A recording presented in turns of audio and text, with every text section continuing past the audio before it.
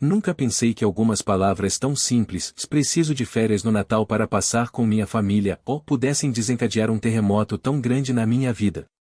Era início de dezembro, o escritório já enfeitado com luzes frias e fitas vermelhas, e todos falavam apenas sobre metas de fim de ano, entrega de resultados e o maldito relatório trimestral. Eu, porém, só pensava em algo muito mais simples, e minha família. Havia 3 anos desde a última vez que eu conseguira vê-los durante as festividades, e a saudade não só apertava, ela machucava. O cheiro da casa da minha avó, o barulho do portão velho, o riso alto dos meus primos, tudo isso voltava como ondas cada vez mais fortes. Respirei fundo antes de bater na porta do meu chefe, Renato. O tipo de homem que acreditava que a empresa começava e terminava nele, que todos estavam ali para servi-lo, e que qualquer pedido fora do normal corporativo era um ato de rebeldia pessoal. Entrei com educação, expliquei calmamente que precisava de uma semana, apenas uma, para viajar e reencontrar minha família. Ele não esperou eu terminar. Apenas recostou-se na cadeira, cruzou os braços e soltou aquele sorriso cínico que já era conhecido no setor. Férias? No Natal? Repetiu como se eu tivesse pedido um milagre impossível. A empresa precisa de comprometimento. Quem some no período mais crítico do ano está mostrando que não está alinhado. Aquilo me acertou como uma bofetada, mas mantive a postura. Tentei argumentar, explicar que eu já tinha horas e dias acumulados, que não estava pedindo nada fora da lei. Mas ele apenas levantou a mão para me silenciar, como um rei impaciente mandando calar um súdito. Se quer ir, vá, disse. Mas não conte com seu emprego quando voltar. Por um instante achei que ele estava blefando. Até que ele abriu a gaveta, tirou um formulário e começou a preencher com uma rapidez impressionante, como se estivesse exonerando um soldado de um exército medieval. Empurrou o papel para mim e disse: Na verdade, vou facilitar sua vida. Está demitido. Pode pegar suas coisas. O mundo ficou silencioso. Meu coração acelerou, minhas mãos ficaram geladas. Parte de mim queria gritar, outra queria rir da ironia. Ele não fazia ideia do que estava fazendo. Senti uma mistura de humilhação, raiva e descrença. Saí da sala sem dizer nada, não porque faltavam palavras, mas porque qualquer frase naquele momento seria pequena demais para a grandeza do erro que ele acabará de cometer. Enquanto eu recolhia minhas coisas, a caneca de café da minha tia, o porta-retrato com meus pais, o caderno que foi do meu avô, percebi o quanto minha vida estava prestes a mudar. Renato achava que estava eliminando um funcionário comum, alguém substituível. Mal sabia ele que a empresa onde reinava como tirano moderno tinha sido fundada há quase 50 anos, pela minha família. E não apenas fundada, mas mantida, expandida e sustentada por gerações antes de finalmente entregar o controle majoritário a investidores externos, investidores que, por pura estratégia, ocultaram os herdeiros restantes até que fosse necessário revelá-los. E talvez esse momento estivesse finalmente chegando. Saí do prédio sentindo o vento frio bater no rosto, mas pela primeira vez naquela semana, sorri. A demissão não era o fim, era o início de algo que Renato nunca imaginou enfrentar. Se inscreve aí e ativa o sininho para dar aquela força. A história da empresa sempre correu pelas veias da minha família como um rio silencioso, profundo, mas raramente mencionado. Desde pequeno eu ouvia fragmentos, histórias de como meu avô começara tudo com um armazém modesto, de como minha avó costurava caixas à mão quando o dinheiro era curto, de como meu pai e meus tios trabalharam desde cedo para transformar aquele pequeno negócio em um verdadeiro império logístico. Mas, com o tempo, tragédias, disputas internas e decisões estratégicas mudaram o curso de tudo. Meu pai, o mais jovem dos 3 irmãos, foi o único que quis preservar a privacidade e manter-se afastado da política corporativa. E foi assim que eu cresci, sabendo que a empresa era parte da história da família, mas não parte ativa da minha vida. Até o dia da reunião que mudou tudo. Eu tinha apenas 18 anos quando ouvi pela primeira vez que meu nome constava em documentos internos como acionista silencioso. Meu avô, em um gesto de proteção, determinará que nenhum dos herdeiros diretos aparecesse publicamente enquanto a empresa passava por um período turbulento de transição. Para evitar chantagens, golpes internos e lutas pelo poder, ele preferiu esconder o que nos pertencia por direito, pelo menos até que cada herdeiro estivesse preparado. Herança não é brinquedo, ele dizia. É responsabilidade. Agora, anos depois, sentado no ônibus com uma caixa de papelão no colo e o peso da demissão fresca no peito, percebi que talvez esse momento tivesse finalmente chegado. Aos poucos fui lembrando detalhes, nomes de conselheiros, documentos que eu assinara sem entender totalmente, reuniões discretas em que meu pai falava em proteger o legado familiar. Tudo parecia distante, quase irreal. Até que meu celular vibrou. Uma mensagem do meu tio, simples, direta. Fiquei sabendo. Venha para casa. Já era hora. 3 palavras que reviraram meu estômago. Será que eles já sabiam da demissão? É claro que sabiam. A empresa podia ter crescido, modernizado e adotado práticas corporativas globais, mas o sangue fundador ainda corria em seu núcleo. Qualquer movimento brusco na diretoria era notado pelos antigos membros do conselho, se minha família ainda tinha olhos e ouvidos por todos os lados. Enquanto o ônibus seguia pelas ruas enfeitadas de luzes coloridas, comecei a refletir sobre a arrogância de Renato. Ele realmente acreditava que tinha autoridade absoluta. Que poderia descartar qualquer funcionário como se fosse um papel amassado. Ele jamais se perguntou quem eu era, de onde vinha, o que representava. Para ele, eu era apenas o mais um. E isso seria sua ruína. Meu tio sempre dizia que o verdadeiro poder não faz barulho. Ele se move como água subterrânea, silenciosa, inevitável e impossível de deter quando finalmente emerge. Comecei a imaginar o que aconteceria quando o conselho descobrisse que o gerente mais rígido da filial, aquele que já acumulava denúncias informais de abuso de autoridade, havia demitido um herdeiro direto da família fundadora. Não por incompetência, não por negligência, mas por um pedido justo de férias no Natal. O Natal. Que ironia deliciosa!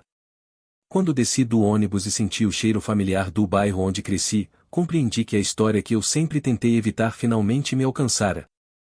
Não havia mais como fugir.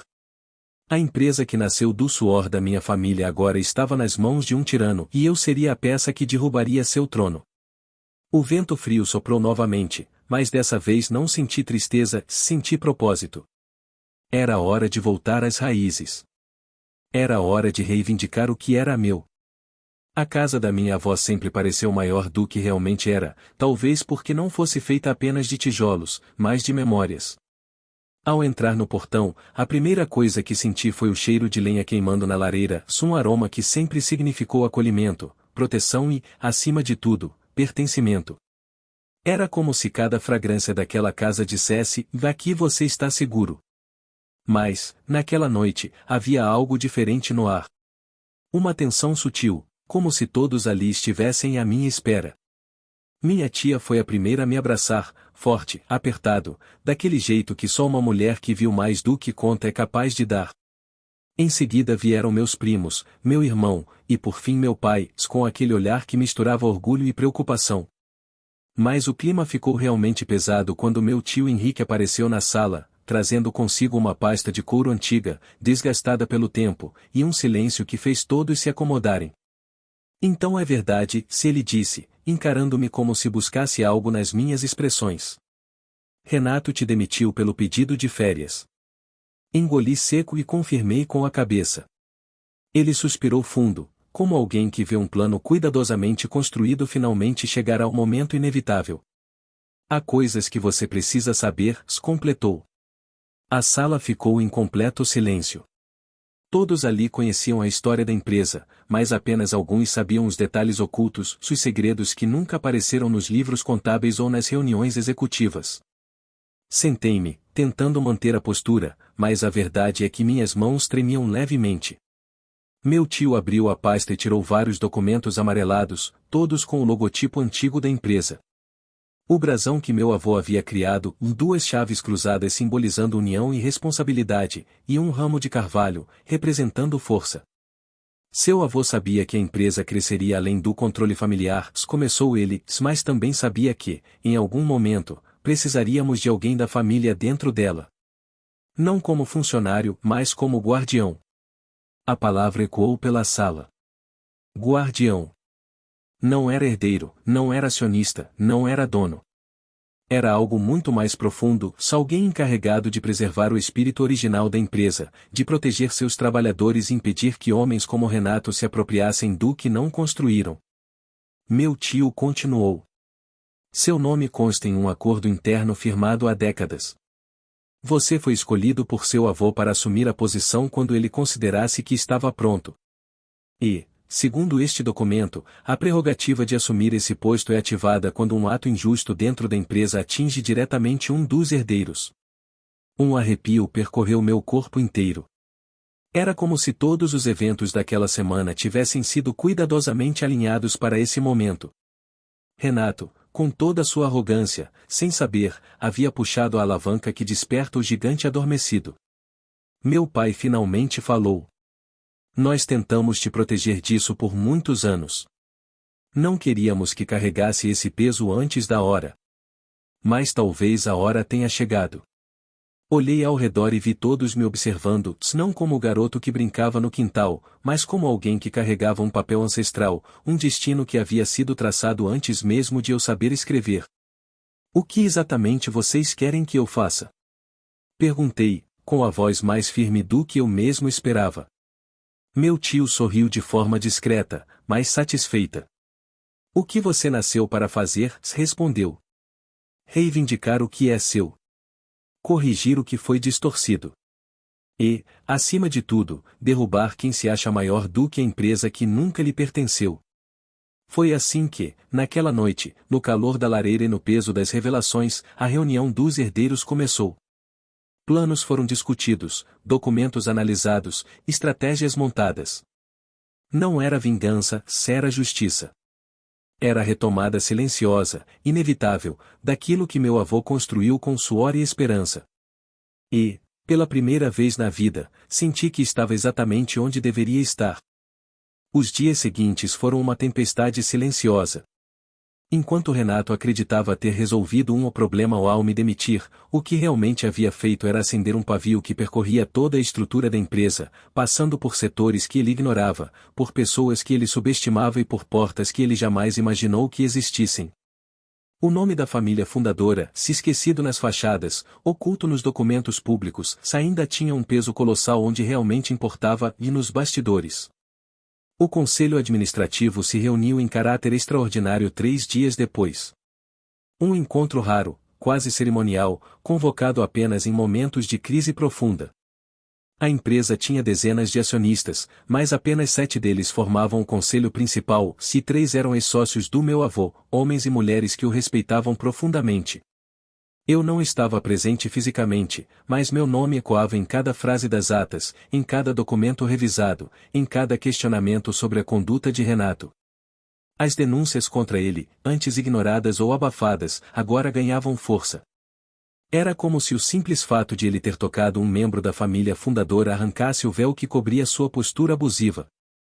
Meu tio, representando nossos interesses, apresentou as provas e minha demissão injustificada, os registros de solicitações de férias ignoradas, as mensagens em que Renato debochava de funcionários que pediam direitos básicos. E então apresentou o documento mais importante, o acordo silencioso criado pelo meu avô, com cláusulas que obrigavam o conselho a investigar imediatamente qualquer agressão a um herdeiro direto. Renato foi convocado para explicar-se. Relataram depois que ele entrou na sala com a mesma arrogância habitual, acreditando que resolveria tudo com justificativas frias e falsas expressões de preocupação. Mas, ao ver os rostos fechados dos conselheiros, percebeu que estava diante de algo maior do que seu próprio ego.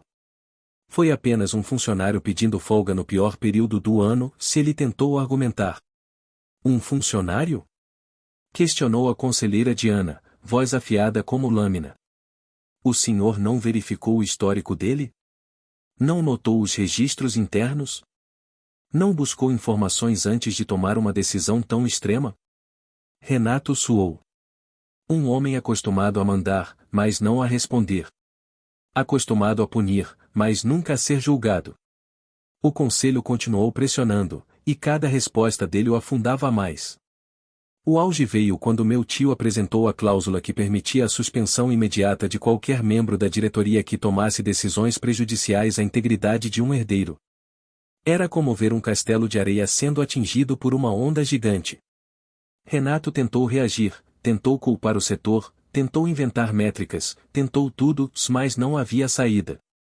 Quando a reunião terminou, ele estava oficialmente suspenso, sem acesso aos sistemas internos, proibido de entrar em qualquer unidade da empresa até o fim da investigação. E aquilo era apenas o começo. Seu império pessoal, construído sobre medo e autoritarismo, começava a ruir diante de seus olhos. Do lado de fora, funcionários começavam a notar o clima. Boatos se espalhavam. E o nome que todos repetiam, em sussurros, era o meu. Não porque eu tivesse buscado protagonismo, mas porque a história estava finalmente emergindo. A verdade que minha família guardou por décadas estava prestes a ser revelada, se com ela viria a queda de todos os tiranos que se alimentavam da ignorância dos outros. O Conselho, em sua sabedoria, decidiu não apenas investigar o caso, mas reconsiderar toda a estrutura de liderança. Mudanças profundas estavam por vir se todos sabiam que a escolha do novo guardião não era mais uma possibilidade distante. Era um caminho inevitável. E eu, pela primeira vez, senti o peso e o poder do legado que carregava. O dia da revelação chegou como chegam os grandes eventos da vida, e não com fanfarras, mas com um silêncio carregado, daqueles que antecedem tempestades. Enquanto bebia meu café na mesa da cozinha da minha avó, meu tio entrou pela porta com uma expressão que misturava solenidade e satisfação. Ele colocou diante de mim um envelope com o brasão antigo da empresa, o mesmo que ornava os documentos que eu vira dias antes, o mesmo símbolo que acompanhará a ascensão de 3 gerações da minha família. Está decidido, disse ele. O conselho quer que você compareça à reunião de hoje. Oficialmente. Como herdeiro. Por um instante, o tempo pareceu desacelerar. Meu coração acelerou e minhas mãos suaram. Eu sempre soube que, mais cedo ou mais tarde, teria que enfrentar esse momento, mas não imaginava que aconteceria tão cedo, se por uma razão tão absurda quanto uma demissão injusta por querer passar o Natal com minha família. Vesti-me com calma, não por vaidade, mas por respeito. Cada peça tinha um significado, da camisa que ganhei do meu pai, o relógio que foi do meu avô, o casaco que minha mãe insistiu para eu comprar no inverno passado. Havia algo de ritualístico em tudo aquilo, como se eu estivesse me preparando não apenas para uma reunião, mas para assumir uma identidade que sempre esteve adormecida dentro de mim. Quando cheguei ao prédio da empresa, senti um impacto quase físico. Pela primeira vez, todos os olhares estavam voltados para mim. Alguns de surpresa, outros de curiosidade, e outros, principalmente os mais antigos, de reconhecimento. Era como se vissem meu avô caminhando novamente pelos corredores, como se sua presença tivesse retornado através de mim. Ao entrar na sala do conselho, percebi que a atmosfera era completamente diferente das reuniões corporativas comuns. Ali não havia a frieza típica de empresas modernas, lá havia respeito, história, peso. Os conselheiros levantaram-se, um gesto que me pegou de surpresa, se meu tio anunciou formalmente. Apresento a vocês o herdeiro designado por nosso fundador, conforme previsto no acordo de sucessão silenciosa. Documentos foram apresentados. Nomes foram confirmados. Datas foram lidas. E pela primeira vez em anos, a cláusula que meu avô criará foi ativada, o retorno do guardião da empresa. Renato, sentado do outro lado da mesa, parecia menor do que eu jamais o vira. Seus olhos, antes cheios de arrogância, agora revelavam medo e incredulidade. Na sua mente, eu ainda era aquele funcionário comum o que ousou pedir férias. E agora ali estava eu, não apenas como parte da empresa, mas como alguém cuja existência podia determinar o futuro dela. A presidente do conselho falou por fim. A injustiça cometida contra este herdeiro acionou automaticamente a revisão da conduta diretiva. A partir deste momento, a empresa reconhece oficialmente sua posição e seus direitos. Gostaríamos de convidá-lo a reassumir um papel interno, mas desta vez no nível que lhe cabe. Senti o mundo girar por um segundo. Não era apenas uma readmissão. Era uma ascensão direta ao círculo mais fechado da instituição. Era como se meu avô tivesse deixado uma porta entreaberta no passado, esperando que o momento certo chegasse para que alguém a atravessasse. Renato tentou falar, mas foi silenciado com um simples gesto da presidente. Sua conduta violou múltiplas diretrizes internas, disse ela com voz firme. E agora verificamos que violou também cláusulas que vão além da sua compreensão. Ele empalideceu. Era a primeira vez que eu via seu poder evaporar diante de seus próprios olhos.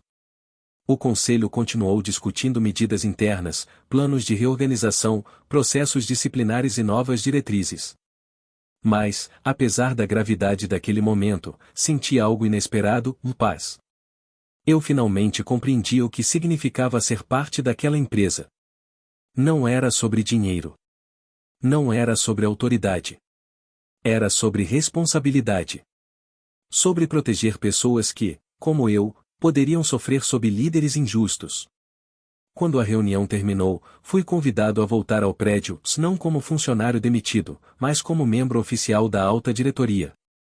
E assim, alguns dias após ser jogado na rua como alguém descartável, eu retornava pela porta da frente como herdeiro. O destino tem um senso de humor afiado. O retorno ao trabalho não foi silencioso. Pelo contrário, foi como jogar uma pedra gigantesca em um lago calmo.